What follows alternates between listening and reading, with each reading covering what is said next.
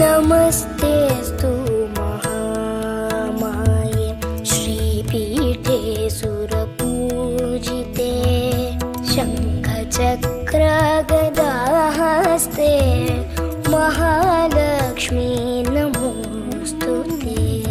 नमस्ते गरुडारूढे कोलासुरभयङ्करी सर्वपापहरे देवी महालक्ष्मी नमोऽस्तुते।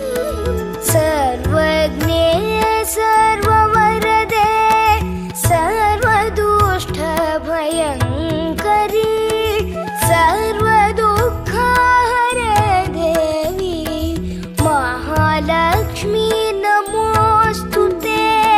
सिद्धिबुद्धिप्रदे देवी मुक्तिमुक्तिप्रदायिनी मन्त्रमूर्ते सदा देवी महालक्ष्मी नमोऽस्तुते।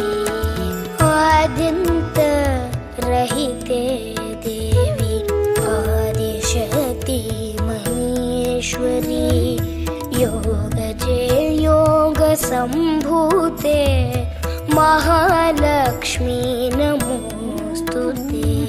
स्थूलसूक्ष्म महारौद्रे महाशक्ति महोदरे महापापहरे देवी महालक्ष्मी नमोऽस्तुते।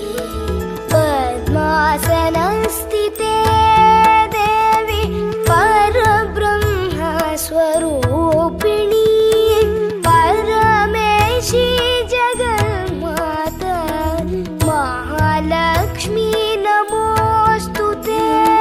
श्वेताम्बरधरे देवी नानालङ्कारभूषिते जगत्स्थिते जगन्माता महालक्ष्मी नमोऽस्तुते।